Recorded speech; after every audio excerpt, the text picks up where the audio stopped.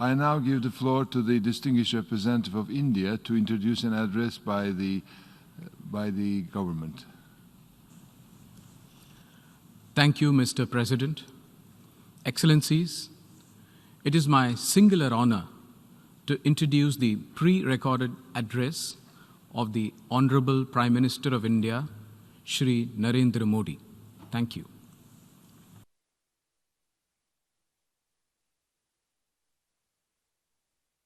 Respected President of the General Assembly, on behalf of more than 1.3 billion people of India, I would like to congratulate every member state on the 75th anniversary of the United Nations.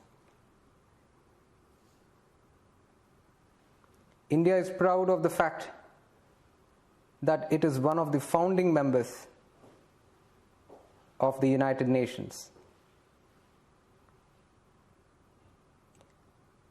On this historic occasion, I have come to this global platform to share the sentiments of 1.3 billion people of India.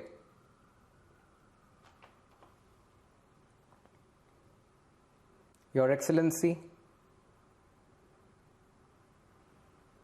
the world of 1945 was significantly different from today's world. The global situation, sources, resources, problems, solutions, all were quite different. And as a result, the form and the composition of the United Nations, established with the aim of global welfare, were in accordance with the prevailing situation of those times. Today, we are in a completely different era. In the 21st century, the requirements and challenges of our present as well as our future are vastly different from those of the past. Therefore, the international community today is faced with a very important question: whether the character of the institution constituted in the prevailing circumstances of 1945 is relevant even today. With the changing times, if we don't change, then the drive needed to bring change will also get weakened.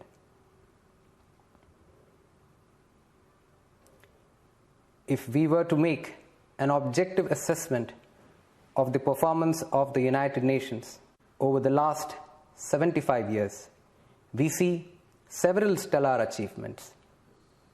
But at the same time, there are also several instances that point to the need for a serious introspection of the work of the United Nations.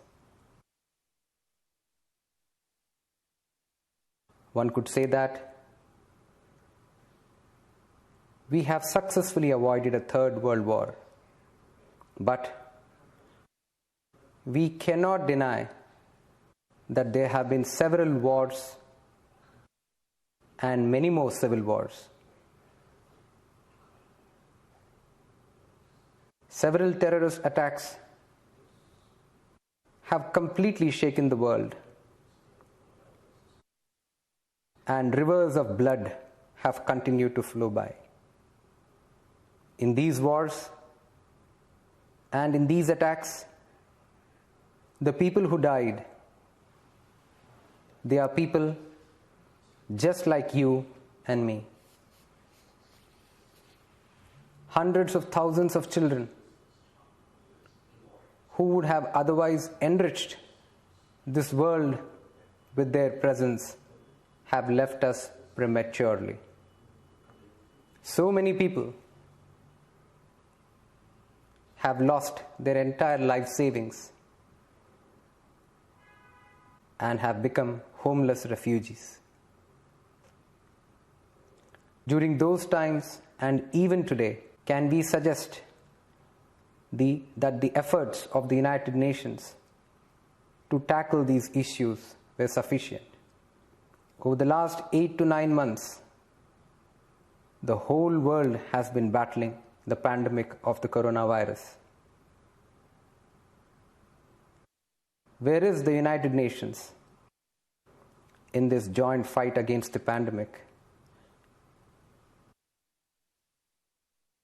Where is its effective response?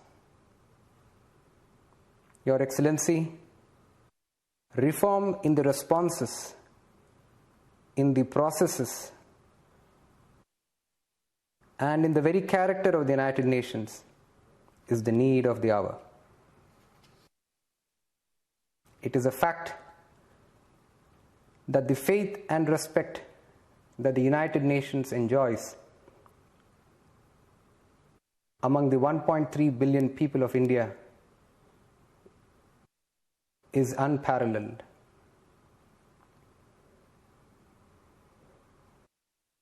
But it is also true that the people of India have also been waiting for a long time for the process, for the reforms of the United Nations to get completed.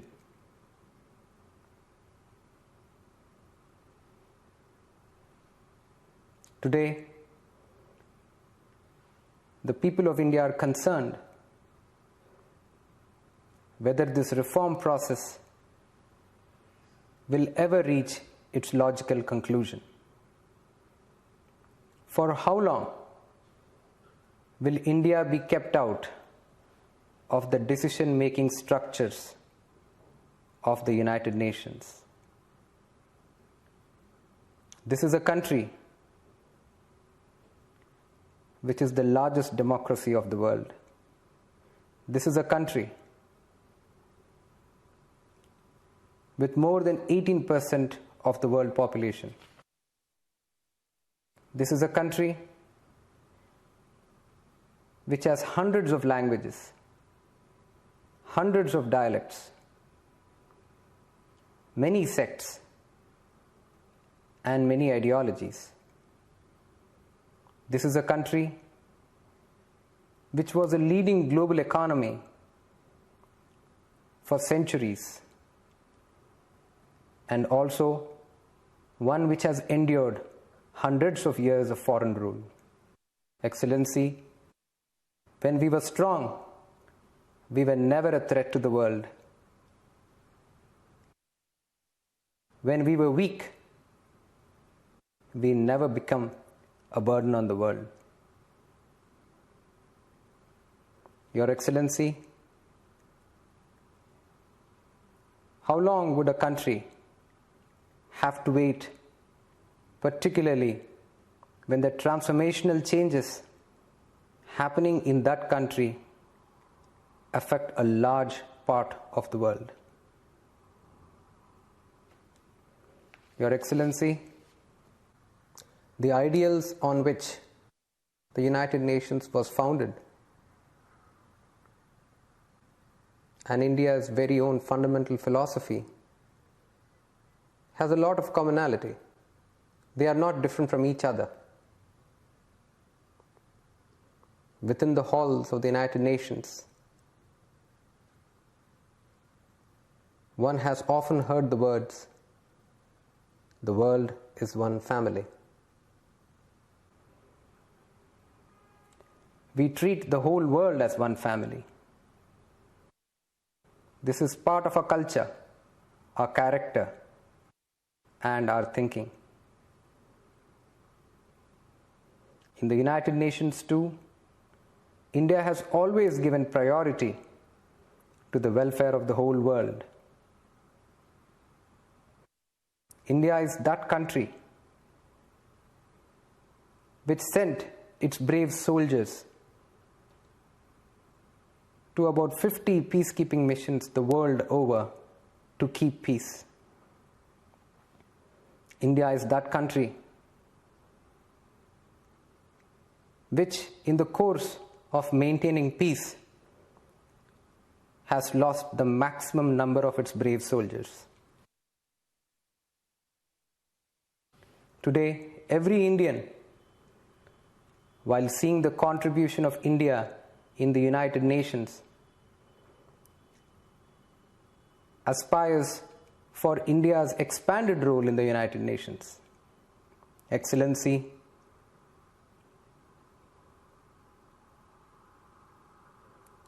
on 2nd October, India initiated the International Day of Non-Violence, and on 21st June, the International Day of Yoga. Similarly, the initiatives of the Coalition for Disaster Resilient Infrastructure and the International Solar Alliance are realities today due to the efforts of India. India has always thought about the interests of the whole humankind and not about its own interests. This philosophy has always been the driving force of India's policies. From India's neighbourhood first policy to our Act East policy, as well as the idea of security and growth for all in the region, or our views towards the Indo-Pacific region, we have always worked for the interests of humankind and not driven by our own self-interests. India's partnerships are always guided by this very principle. Any gesture of friendship by India towards one country is not directed against any third country. When India strengthens its development partnership, it is not with any malified intent of making the partner country dependent or helpless. We have never hesitated from sharing experiences of our development. Your Excellency, even during these very difficult times of the raging pandemic, the pharmaceutical industry of India has sent essential medicines to more than 150 countries. As the largest vaccine producing nation in the world, I want to give one more assurance to the global community today.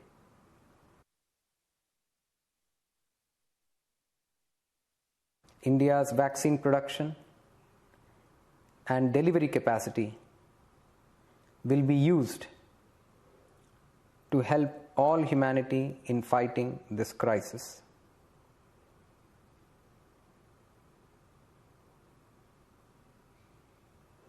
In India and in our neighborhood, we are moving ahead with phase 3 of the clinical trials. India will also help all the countries in enhancing their cold chain and storage capacities for the delivery of the vaccines.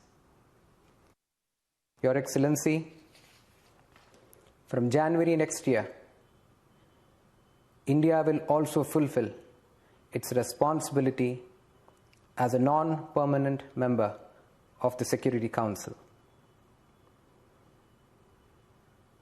I express my sincere gratitude to all fellow member states who have bestowed this trust on India.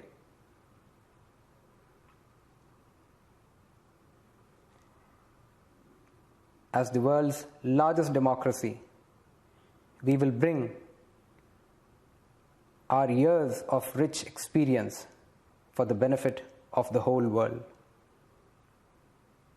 Our way forward is to proceed from human welfare to the welfare of the world. India will always speak in support of peace, security, and prosperity. India will not hesitate in raising its voice against the enemies of humanity, human race, and human values. These include terrorism, smuggling of illegal weapons, drugs, and money laundering.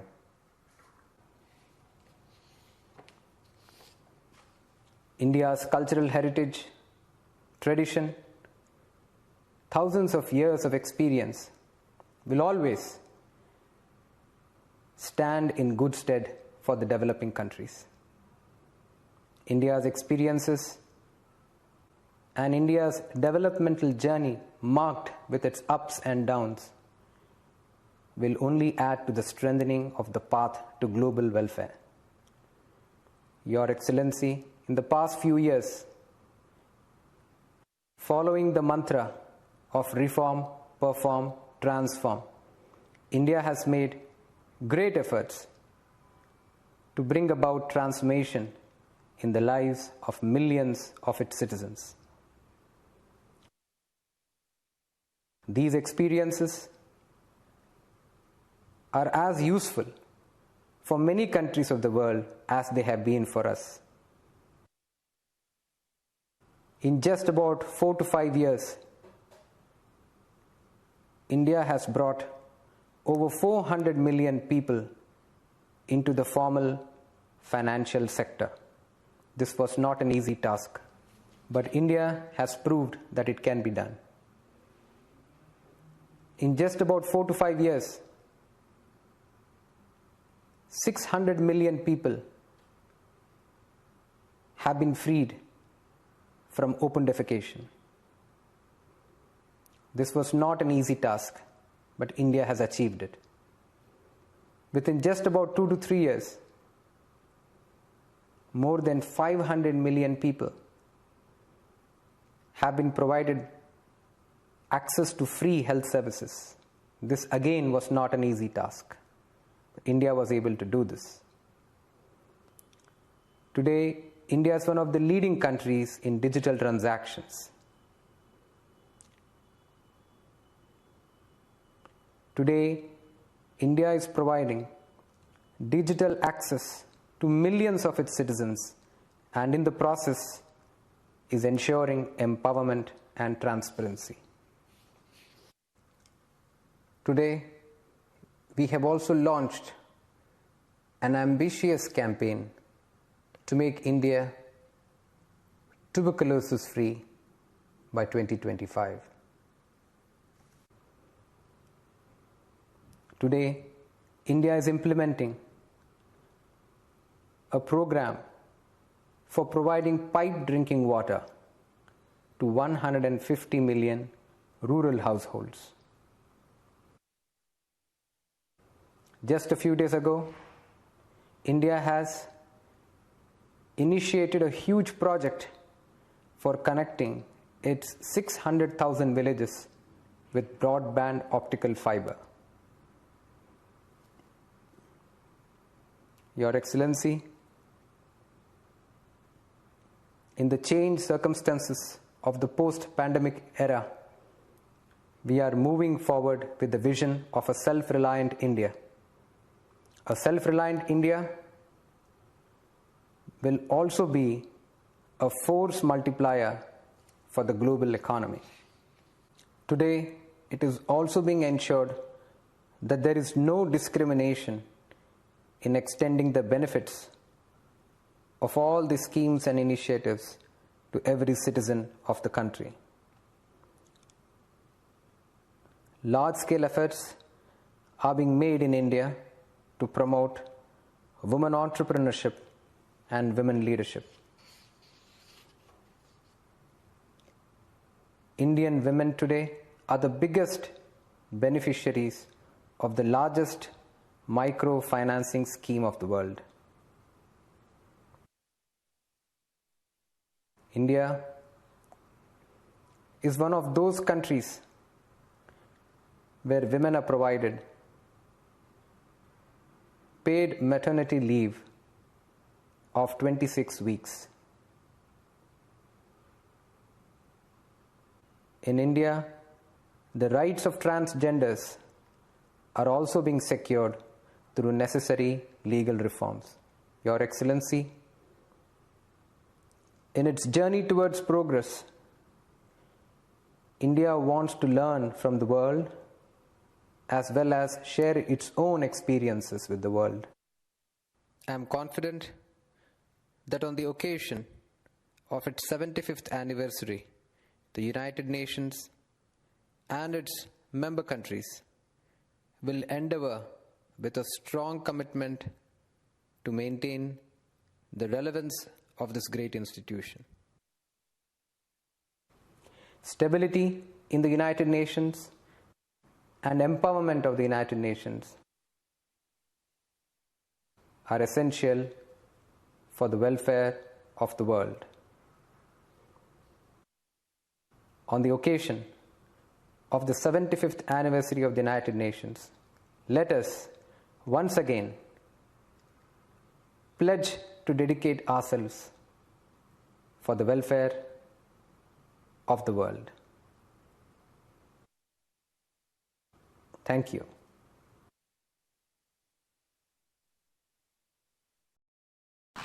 On behalf of the General Assembly, I wish to thank the Prime Minister of the Republic of India for the statement just made.